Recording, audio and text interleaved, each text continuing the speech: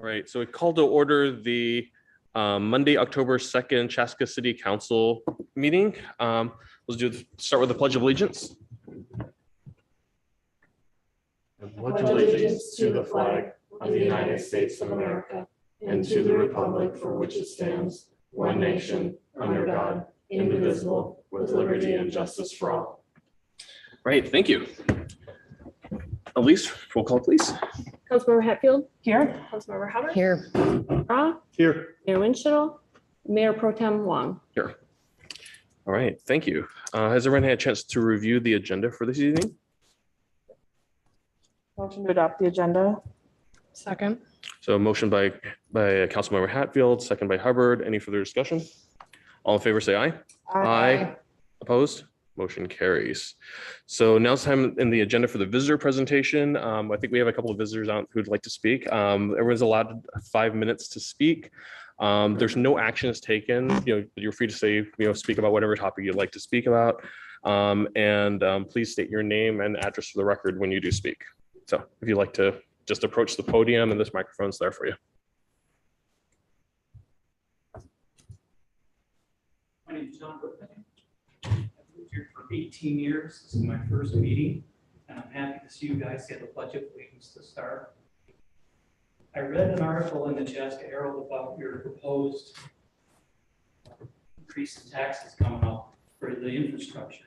And my question is not about if we need the infrastructure.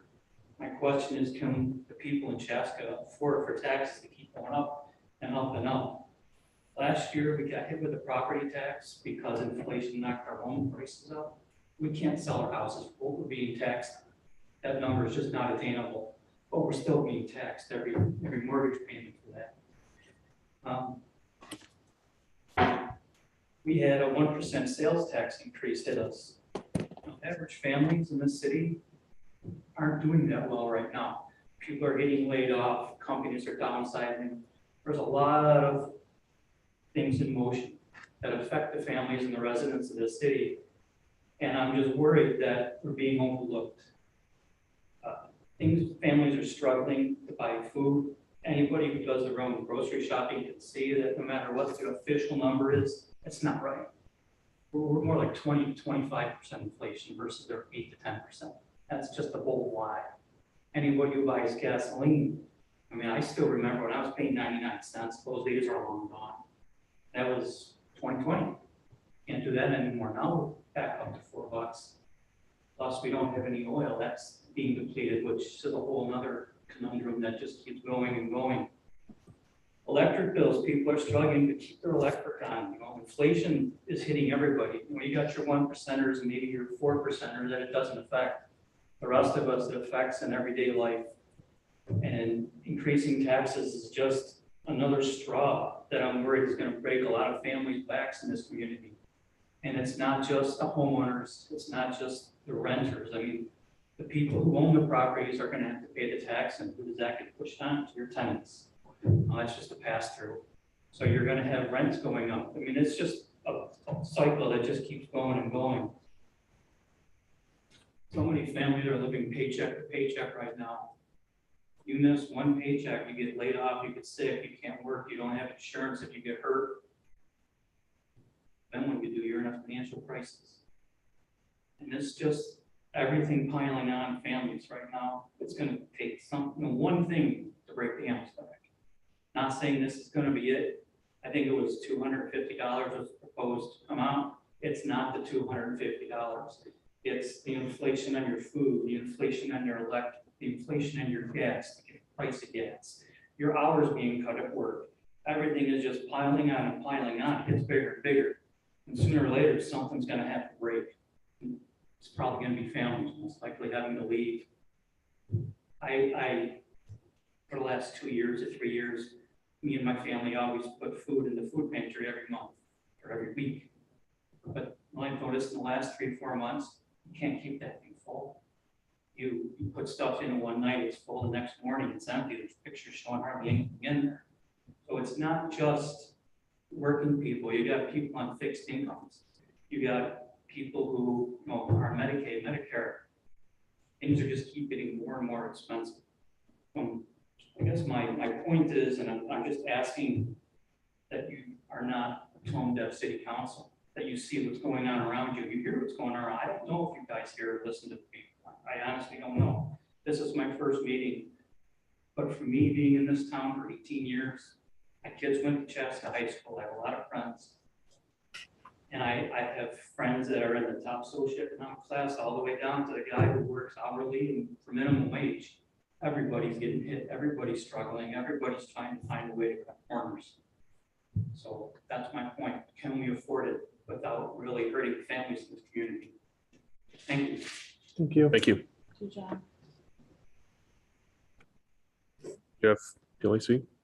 Well, thank you very much for speaking. I think it's important to just be able to hear the voices out there and make sure that everyone has an opportunity to speak on it. It's part of the process, right? We do have multiple steps in the taxation process. So right now we just did a preliminary levy, which basically just says this is the max, and it won't go any higher than that for next year. And then we have some other meetings that will kind of talk about, okay, what actually will level out at. So, there'll be other opportunities to speak if you'd like to speak. And, I'm sure that we can make sure that you can get that information. I'll give you my card before we leave. The Truth in Taxation public hearing, we held the first Monday in December. So it's another opportunity to provide additional feedback to the council before they make their decision on the final levy and budget, which will be the second meeting then in December. And I think like I said, it's an important part of the process that, for us, I think that, since I've been here, I don't think we've ever had someone appear at the Truth and Taxation hearing. Yes. Oh, we did. Last year we did. Okay. So it was a really robust and helpful conversation, the dialogue back and forth between both the council and the residents. I think, John, I appreciate you coming here tonight because as much, for me at least, I'll speak for myself, I think it's helpful when we can have these conversations early. We can have good, concise conversation that's not just across a keyboard all the time, where we can have this face to face. So too, feel free. I don't know which of us is your counselor, but feel free to have that conversation too and reach out. I think that's when we really get to do the right thing and hear the right things. Because I know I struggle. Sometimes there's so much misinformation that I sit there and I'm just frustrated, and it's hard to hear through that. So when we can have these good conversations, like everything you said there, I appreciate that so much. That's so much more helpful, and we get to truly hear the reality of it and not just get, like I said, for me, I get frustrated by all the misinformation that's getting thrown around that I personally just have to shut down if it's on social media, things like that, because it's more than I can take. But it's something that's important to hear. And I know again, speaking for myself, live on one income, just myself. I don't have wealthy parents. I live in a small house downtown.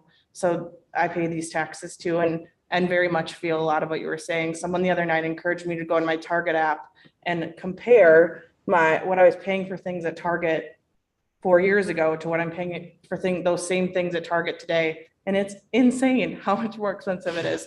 So that is the reality. And I'm so appreciative of you coming tonight. And that takes a lot of, I think, bravery and to come in and have that conversation with us. So thank you. And I appreciate it. I think without volunteering any of my colleagues here, I think that, speaking for myself, though, I'm guessing that almost any of my colleagues would be willing to sit down with you one-on-one. And if there's specific concerns you have about, what's being used for, or like maybe something that we feel isn't really needed, or some area we could like look at, we were always want to have that conversation. So like I said, and I think, I ran to you before the meeting, it's one of those things that we don't take it lightly at all, because it's not like it's just coming out of random pockets, it's coming out of our own pockets too. So, it's not lost on us. Yeah, we're all working and we all have jobs. This is not our day job. So thank you very much for coming up, and feel free to give any of us a call. Yeah. Mm-hmm. All right. Does anyone else who has anything they'd like to bring to? There's Yes. a plug right by the way. Just don't have to surprise. There's a box. Oh, it's a box holder. Oh, okay. Okay. Got my attention. Sorry, I didn't want to jump up at you. As long as it's not like a murder hornet or something. Nah, I'm just making sure, Okay. Sorry, Thank got you. distracted. So is there any other items for the visitor presentation this evening? All right, with that, then we'll move on to the next item, approving the previous minutes. So has everyone had a chance to review the council minutes from September 18th? Yes. Would someone like to make a motion? Motion for the meeting minutes as presented. Motion, Second. motion by Gross, second by Hatfield. Any further discussion? All in favor, say aye. Aye. Opposed? Motion carries. All right, that brings us to consent items. The two consent items are 2024 prosecution contract and calling for a public hearing to consider grant application for the Minnesota Investment Fund program. Any discussion? Has everyone had a chance to review these items? Any discussion? And of course, now is the time we can pull one of these items if you want to talk about further. I make a motion to approve the consent items. The motion by Hubbard, Second. second by Hatfield. Any further discussion? All in favor, say aye. Aye. Opposed? Motion carries. All right, that brings us to the action items. First one is adopt resolution 2023-80 public assessment hearing and resolution approving the imposition of service charges for the 2024 Chaska Downtown Special Services District. All right, Mayor and council, I want to first introduce Julie Grove. If you haven't had a chance to meet her, she is our new economic development coordinator, and she's been working with the businesses in downtown in particular, and be branching out more in the community in the upcoming weeks and months. And she jumped right in. You know, this is our annual requests by the businesses in downtown regarding the special services district. So I will turn it over to Julie to provide the staff report. And we also have Dan Keyport, president of the Chaska Downtown Business Alliance, here this evening as well. Thank you, Mayor Pro Tem and Councilmember. It's first, I wanted to say it's a pleasure to be here for my first City of Chaska Council meeting. And I'm very excited to be here for the last month and a half and meet you all. So for the items Elise mentioned, this comes before the City Council each year to establish a fee for the Downtown Special Service District. It does require a public hearing and a resolution approving the charges for the district. The first year the Special Service District in downtown was adopted was in 2014. And per state statute allows cities to adopt special service districts in which commercial properties kind of join together, join the district, and then basically assess themselves. And by doing that, they create a pool of funds that allows for enhanced set of services and special amenities that wouldn't typically be offered by the city. On an annual basis, the council is required to approve the operating budgets. That's what we're here tonight to do. For 2024, the Downtown Special Service District proposes a budget of $15,100, which is the same as it has been for the past several years, I think the past 4 years. So there's no increase in budget proposed. The Chaska Downtown Business Alliance manages the funds, and as mentioned, and Keyport is here tonight to speak on their behalf. The Alliance has successfully managed these funds for the past several years, and there's kind of a focus on what the funds are used for. One is marketing promotion, which includes the website and social media marketing strategies. This past year, 2023, a lot of that has been supporting the business through the construction process and really encouraging visitors to continue coming downtown during the construction. They also do promotion and producing local events. Many of these are annual events like Halloween trick or treat, which will be coming up at the end of October, maybe October 28th, the hometown holiday, which is on December 2nd. And they're also in the process of working on planning another event on deer opening weekend, which is November 3rd to the 5th. And this really is to celebrate the soon to be open Highway 41 and invite the community to kind of reacquaint themselves with downtown and spend the weekend or the day shopping, eating, and exploring downtown. The Alliance also uses these funds to create opportunities for businesses to communicate with each other and learn from each other and do business recruiting and retention programming. So the public hearing notices and the proposed service charges were sent out several weeks ago. And given that and the work that we have done with Business Alliance, staff is recommending for the public hearing and adopting the resolution. Thank you.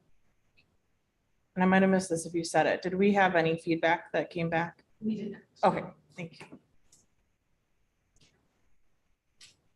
Okay, so any questions? I don't know, Dan, did you have any? Yeah. So Dan, would you like to, would you like to approach and say a few words? Yeah, Dan Keyford, I'm president of the Downtown Business Alliance.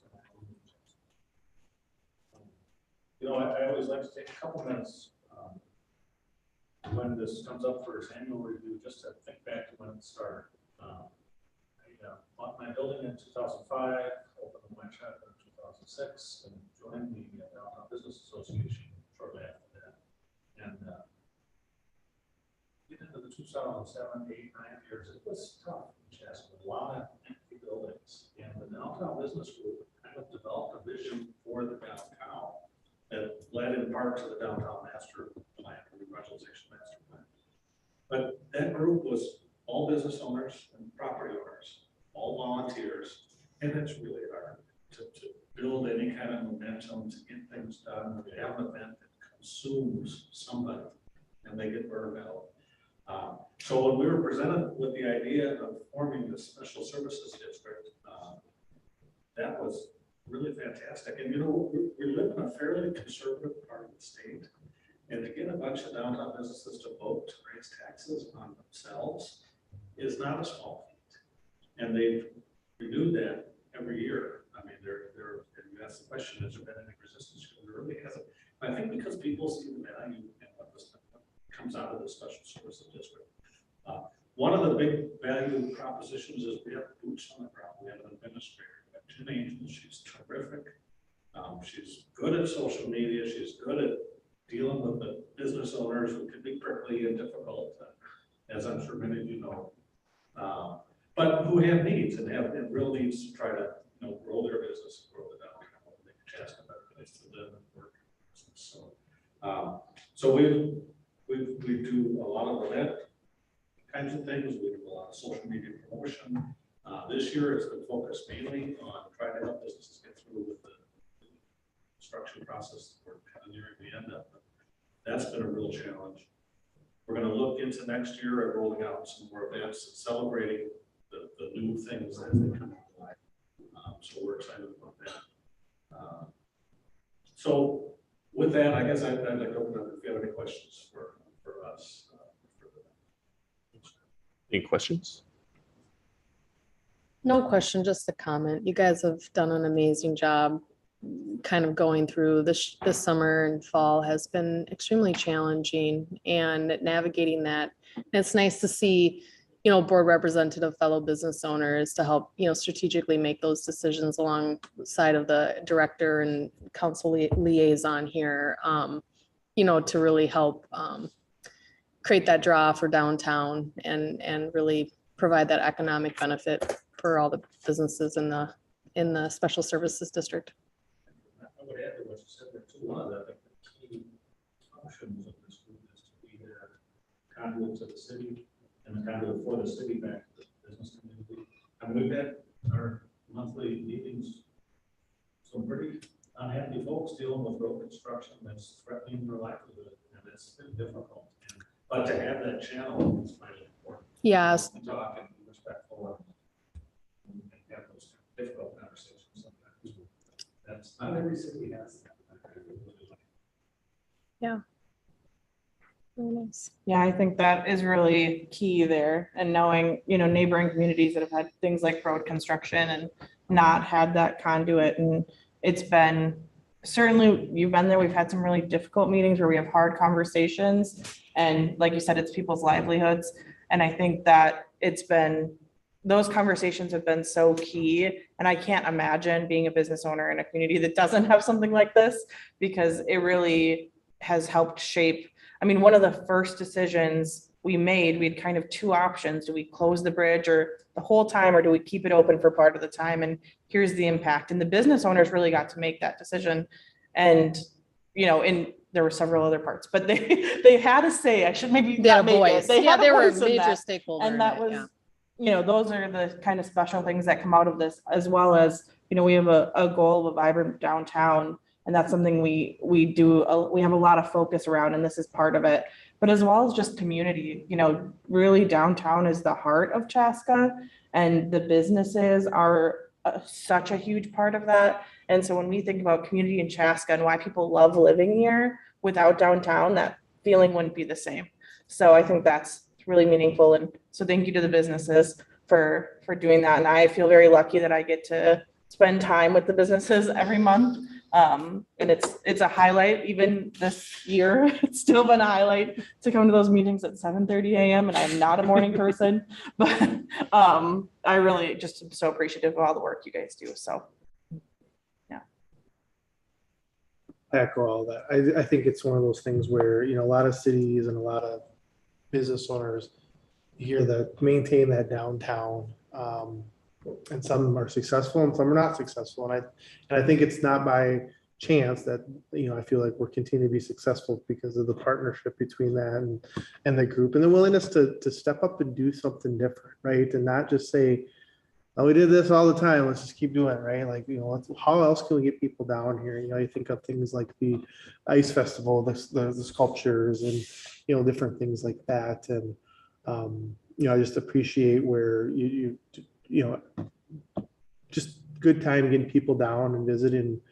And I'm confident that vibrancy will return again, even more when things open up, and people can kind of see like the kind of the streetscape and kind of that look and that view of everything too. So thank you for you doing all the businesses that call downtown Chaska their home and their business too. Well, thank you. We're really excited to help Chaska celebrate its renaissance.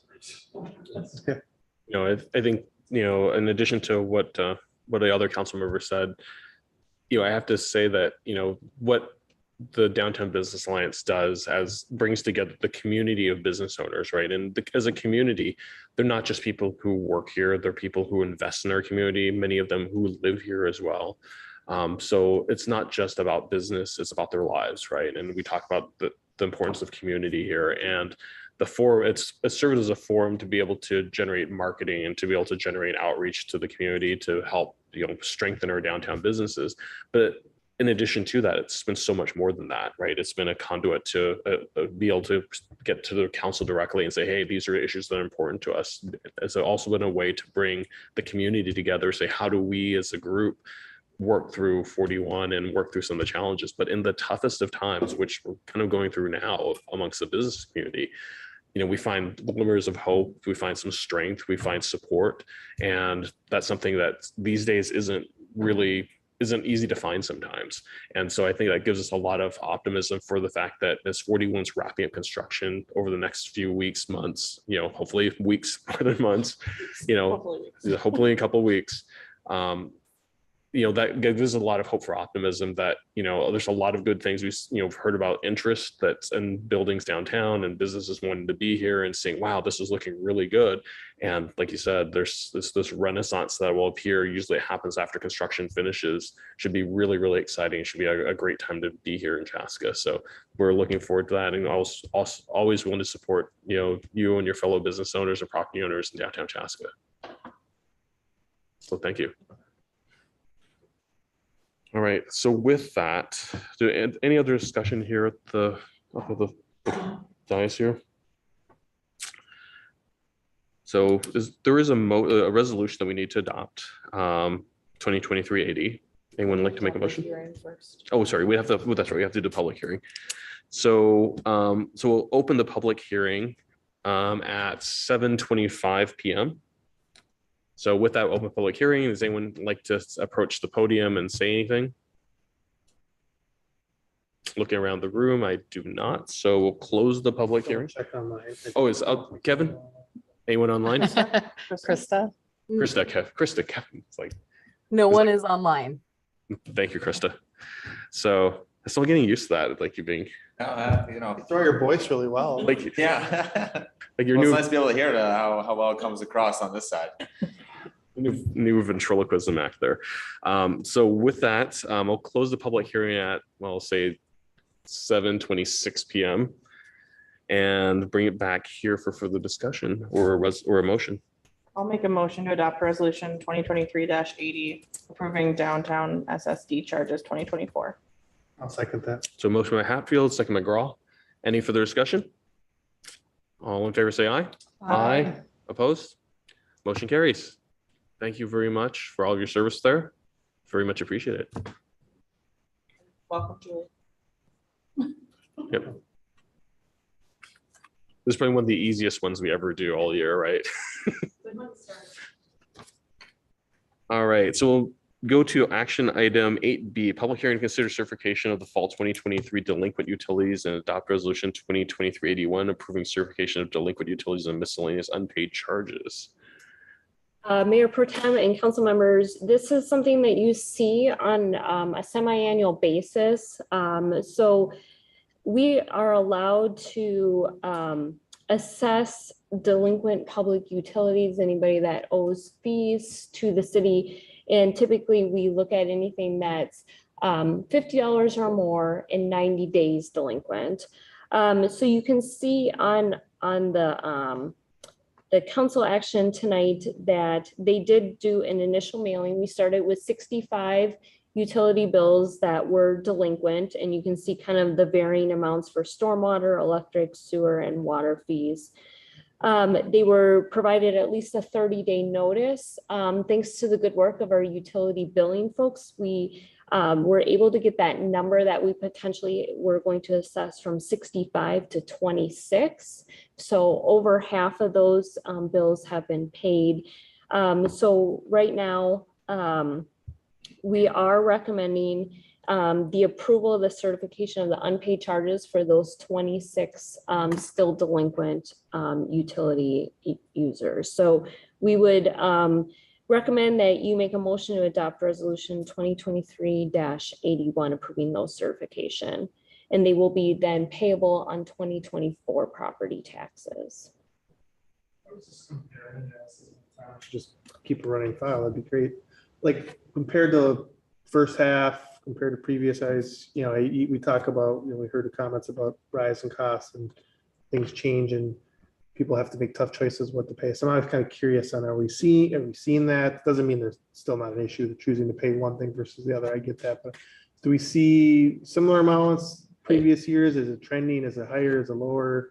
I didn't go back and look in particular to that question, but I think it's generally the same. We'll start with a larger number. We'll work to get it really down to very, very small amounts. So I will make a note and I will go back and we can do a comparison for you then as well. Yeah, I mean, from my knowledge, just like I try to remember how long the list are, the dollars are there, but it seems comparable. But I just always curious because it's kind of one of those health of a city, metric piece a little bit, right? Where again, doesn't mean that people aren't still struggling. They're just, they may be choosing to pay that bill versus a different bill because those are important things.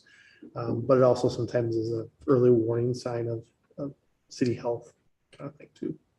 Certainly provide that information going forward, and I can get it to you as well. Yeah, perfect. Thank you.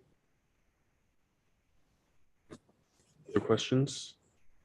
I do have one question. So you mentioned in the staff report that it's for total billings that were over $50, but I was looking on the first page, there was like one for $3 and one for $6, and so I was kind of wondering about some of these smaller ones. So that, and I will have to probably I think it's for a total above 50 because they're on the other pages for more. yes. So this like The the same one could be separation of utility. because it's broken by utility. So Yeah. this particular utility, so for example, this one's for stormwater accounts as 3, but then maybe they're on like a different They one. are. So for I something had else, asked that last year and that was Okay. the answer, I believe. Okay, yeah, and I do see that same And one. we Yeah. have some, and I'm just kind of looking, right now. One thing that we have been finding is, as there's been a changeover, this happens more in our multifamily rental units. When there's a changeover, sometimes people forget to not, change their utility billing. And so you'll see some of those multifamily units on here, because then those are the units that sit vacant for a while and they're due to be paid as well. So you may find some of those too. Like remember we talked about a while ago, we talked about like for utility billing for like electric and stuff. If like someone's like having trouble paying their bills, we have some programs or assistance and, that's available, right? Yeah, we do. And our utility billing staff works very closely with those folks to get them in touch.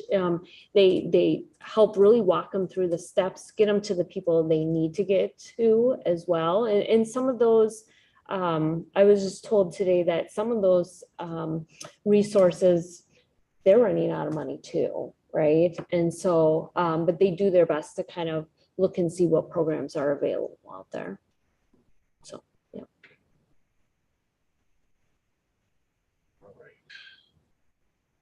Any other discussion?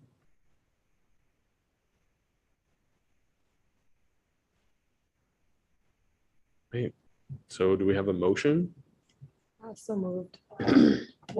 We We have a public This hearing. is a public hearing, sorry. I keep jumping the gun. It's All the like, public hearings. I got all the public hearings today. So yeah, so this is a public hearing. So it's 7:32. And is anyone here who would like to speak in the public hearing?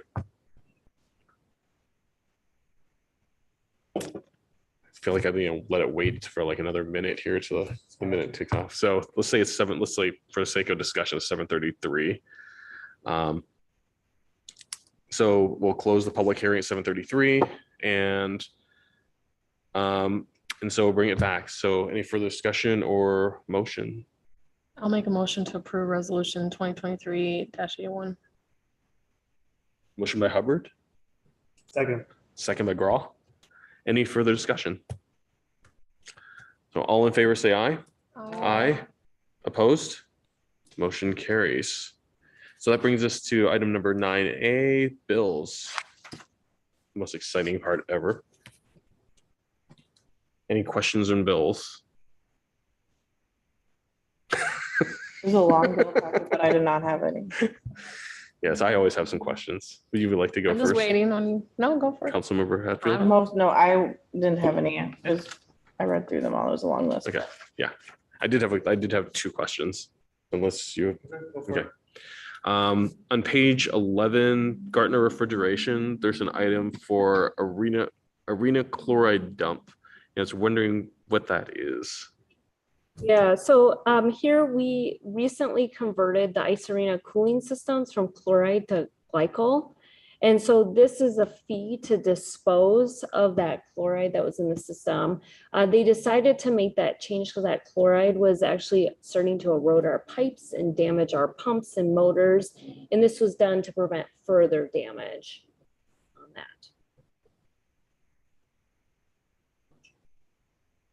That's helpful. Page 19, there's an item for Northwest Asphalt, and it's for Chaska. This is 2023 Chaska overlay, but it doesn't say where or what project, because I know there's like a lot of asphalt projects going on. So, it could be camp, it could be downtown street reconstruction, it could be a number of things.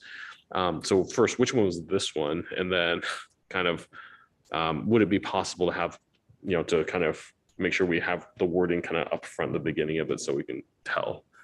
Certainly, we can work on how we word it. I think we're limited to those number of characters, but we can see if we can come up with a better way. This bill in particular was in relationship to the 2023 Mill and Overlay Program, which falls under your camp program. In particular, it was for Weston Ridge, Wildflower Lane, and Autumnwood South.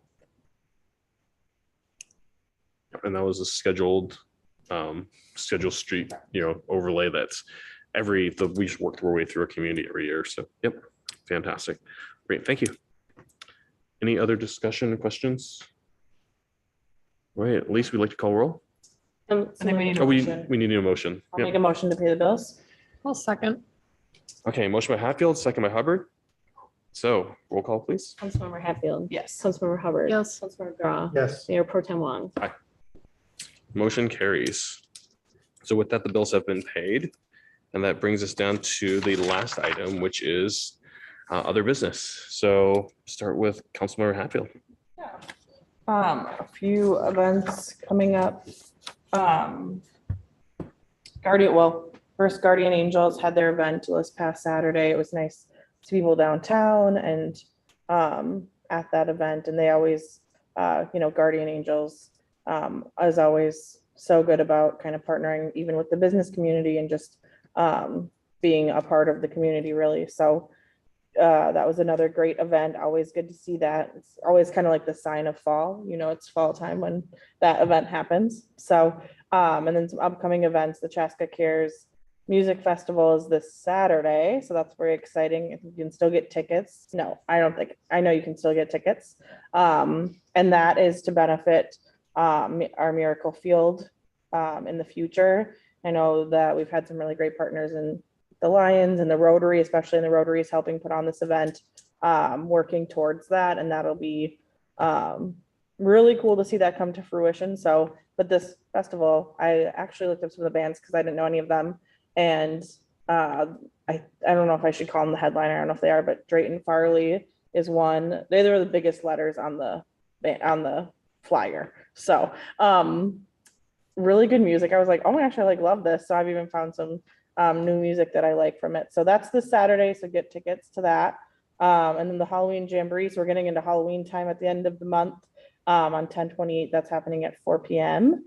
And the downtown businesses are doing their trick or treat event as well. And that's coming up. So lots of exciting fall events. And then really the only other thing, I didn't get a ton of time to be on social media this weekend because I was working, but did catch some comments on the Herald's kind of article about the tax levy and really since we had set that preliminary levy at the last meeting. And I just wanted to encourage residents to kind of reach out to us. And I said this earlier in the meeting, but I want to really kind of say it again, to reach out and have those conversations. And I like to say, as much as I love social media and being able to communicate on social media, sometimes we don't get a lot done on social media.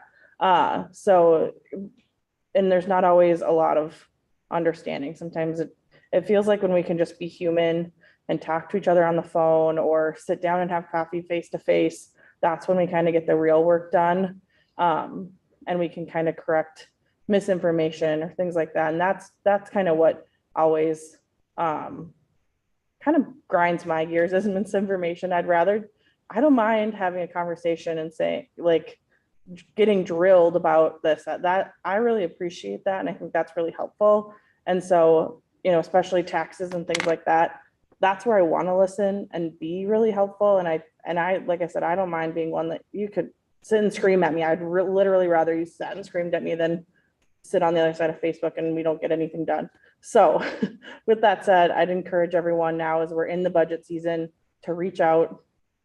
I'm your counselor. To me, I'm sure everyone else agrees, and have those conversations so we can talk about what makes sense in the upcoming in the upcoming year for taxes, and what are we doing with these funds, and why is the fire department important, and why are we tearing down the fire department and putting up a new one? And I saw misinformation about that. It's actually more expensive to keep that building than to tear it down and start over. And we didn't know what we knew about cancer when we built that in 1996, what we do now. And there's a billion reasons, and we can talk through those and we can hear what's important to our residents in those conversations. So I know I'm saying it over and over, but I think those are really important conversations to have in this budget season and for us to get to talk about those things. And I just think having those directly is the best way to do it. So that's what I'm encouraging everyone tonight to do. So that's all I had. Yeah, I'll echo Councilmember Hatfield's thoughts, and I'll add to also, and I'm sure I can't speak for Councilmember Hatfield, but listen, you came up and expressed your feelings, and it's nice to be able to listen and have a back and forth conversation about it and come to a place of understanding. And while it may not have a definitive resolution and that all parties are happy, that it comes to a point of being able to effectively communicate and have a level of understanding. But changing gears, the only thing I wanted to mention today is that since I was on this the steering committee here, for lack of a better word, the pedestrian and bicycle master plan, the city of Chaska's 2040 master plan was made public. This was something that was a group that came together over a year ago and had some meetings and came up with, we had a lot of public input and online surveys. And now that information has been put into a comprehensive master plan, it's available.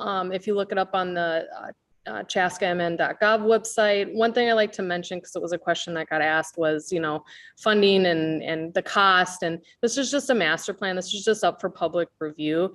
The recommended, the recommendations are just, for the future, like possible investments into new facilities and programs. There's no funding allocated and no pricing component as a piece of this. This is just more of like I would say just like a future snapshot for what could be in regards to, trail connections and just making, Chaska more walkable and bikeable communities. So I encourage everybody to go on there. It's a lengthy document, but it's also very in-depth and just has a lot to be able to read and digest. So it's available on the city website. I believe it's up for 30 days. I could be wrong about that information, but It'll stay up that's our homepage for the project. So public comment is typically for 30 days, but it's walkbikechaska.org. Yep, walkbikechaska.org. So that's all I have. All right, well, thank you. Councilman McGraw. A few things. I just want to comment, Chaska Cares and the concert coming up. The Miracle League baseball field's super cool. I had the opportunity as I tour the baseball fields of the greater metro area. I was in the Woodbury area 2 weeks ago and actually parked right next to the Miracle Field out there on the M Fairview campus sports complex. And just having the conversation with my boys of like, what is that? And why does it look different? And fence looks really short. Is it a wiffle ball field? And, just having that conversation about like how that is used and, seeing a sense in them truthfully of kind of this realization, we take a lot for granted. My kids are not watching this at home, but they definitely know that we have this conversation because sometimes I hear like, there's nothing to do, or, they're typical young kids, and understanding about the resources and the abilities that they have and others don't, oh, wheelchairs really wouldn't work well on a dirt baseball field and grass, and having that conversation. So super excited. I'm really glad. I'm really hopeful. And I know planning on that park area will start soon. But it was just kind of a cool connection because I didn't know we parked right by it. I didn't know it was there. And they're like, what is that? And so we had that conversation. So I think that's just super fun and exciting as we think about other ways to use spaces and be inclusive to those who can't use what unfortunately is called traditional spaces, right? Because we just haven't thought about it in the past. And also the inclusive playground, I think is exciting. Universal, actually it's called Universal Playground and Adaptive Shelter, which is super cool. So thought I mentioned that. A couple of other things. The Chaska Latin Music and Food Festival was 2 weeks ago, I believe. Great weather. We've, we haven't had a lot of rain until recently, which has helped the great weather for events, right? Big crowd. I wasn't able to stay long, but just kind of a good crowd, good food. Again, I just get reminded, there's two things that just jump out to me. One, it's just how inclusive of different celebrating different cultures that make Chaska, right? We've done a lot of stuff in that part that emphasize, the belonging and welcoming of the community. And then the other piece is just really that, connection back to the vision of what that park was and building that. And you always hope that you plan and you look at it and you look at space and programming and then you see it happen. And it's just kind of cool to see, people gather in that space, and it's just super fun. I always go there, and then the fireworks were great. Could see those from my house. I always laugh because every time I go down, I forget about fireworks. So I think I'm like top secret, like super awesome parking spot in the Veterans parking space. Because I can look over, like there's no way over there. And then I go down that way and realize it's because you can't park there. Every time it gets me every time. I'm like, oh, that's why no one's parked in this lot and walking across the bridge is because this is where the fireworks get launched, right? So happens never fails. And then lastly, I'll just comment. I know a few of us were there before this meeting. We had the community park Savannah Oaks community park and kind of the harvest area, and really community or a neighborhood park, just a definition, but just kind of a fun area. And I said there when we did the ribbon cutting, and it's always interesting, the neighborhood parks, because it's a good blend of the park board coming together, working with the residents who that's what the intent is, what do they want, or how are they going to use it.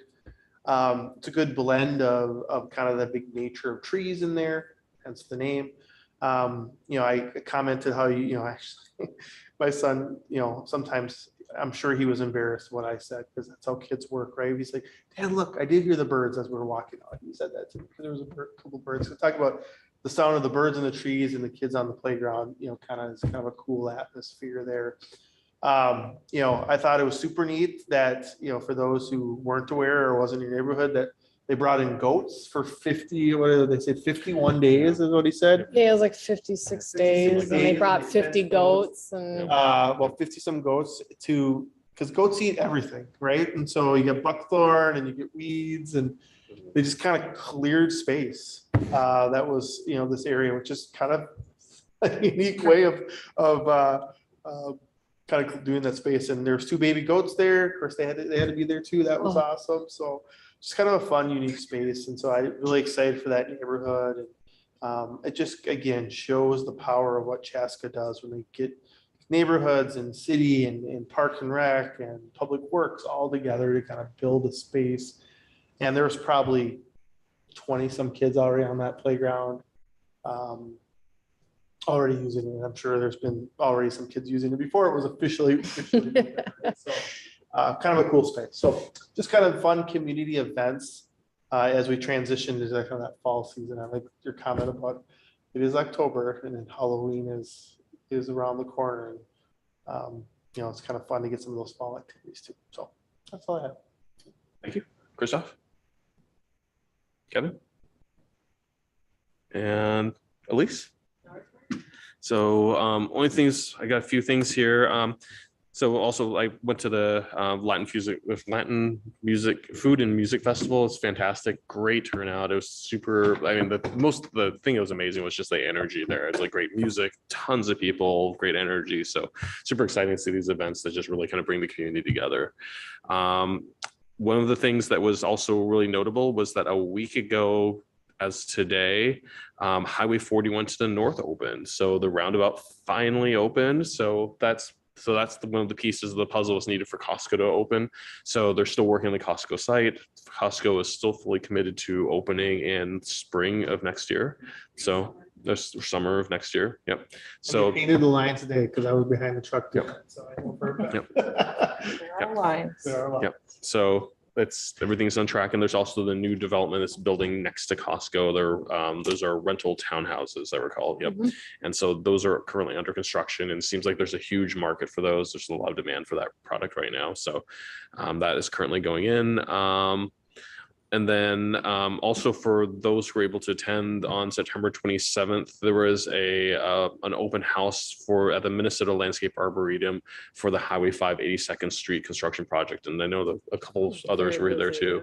That was, I've never seen a turnout like that. I think it's probably I think they're guessing like 200 or so people came by for the open house about, those for the Highway 5 reconstruction and 82nd Street, which will be getting paved. So a lot of discussion around that. A lot of people were very excited about it. So, and I know that there were a number of residents who are also in Chaska who are part of 82nd Street. We're also there too, which was good. Just like a side Yep. note, I was able to attend the neighborhood meeting and I was able to speak to one of the residents and she said that they had taken some of the input from the neighborhood meeting. They had already made a few changes. So it's nice to see that action happen. So. Yes. Sorry. I think that's one of those really great things about a lot of these projects because they're driven by the county or by the, in this case by the county. And they were really good about taking that input from Yeah. residents. So Yeah, it's good. very, very heartening to hear that. Mhm. And then on Wednesday, October 4th coming up. So at 1:20 p.m., FEMA and the FCC are doing an iPause test. And so basically what they're doing is they're testing the wireless emergency alert systems, which basically, send like a text, send messages like an Amber Alert kind of thing to your phone. So that kind of makes your phone like make this loud noise and have a alert of some emergency, as well as testing the emergency alert system, which is the TV and radio system. And they're doing all of those at once. So if you're anywhere near any electronics like a TV, radio, cell phone, expect them to all be going off around the same time because they want to make sure they all work. Now, ostensibly, this is in case there's some sort of large scale emergency, regional or whatnot. But just want to let everyone know, don't be alarmed. There's not something crazy happening on Wednesday, at least not that we know of. So, yeah, exactly. So hopefully there's not, and then it's just a test, but just want to give everyone a heads up.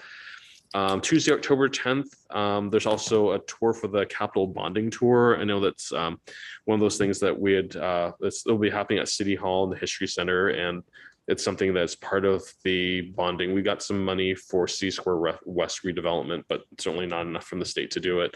So, this is the tour is to bring in legislators to, give them this new group of legislators a chance to take a look at it and see, okay, what is the plan for this? And hopefully they'll fill in the rest of that.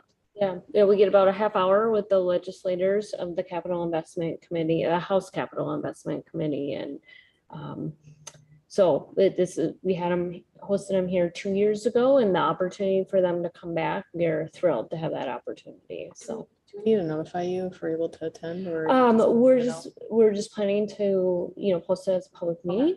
Would love to have council members there.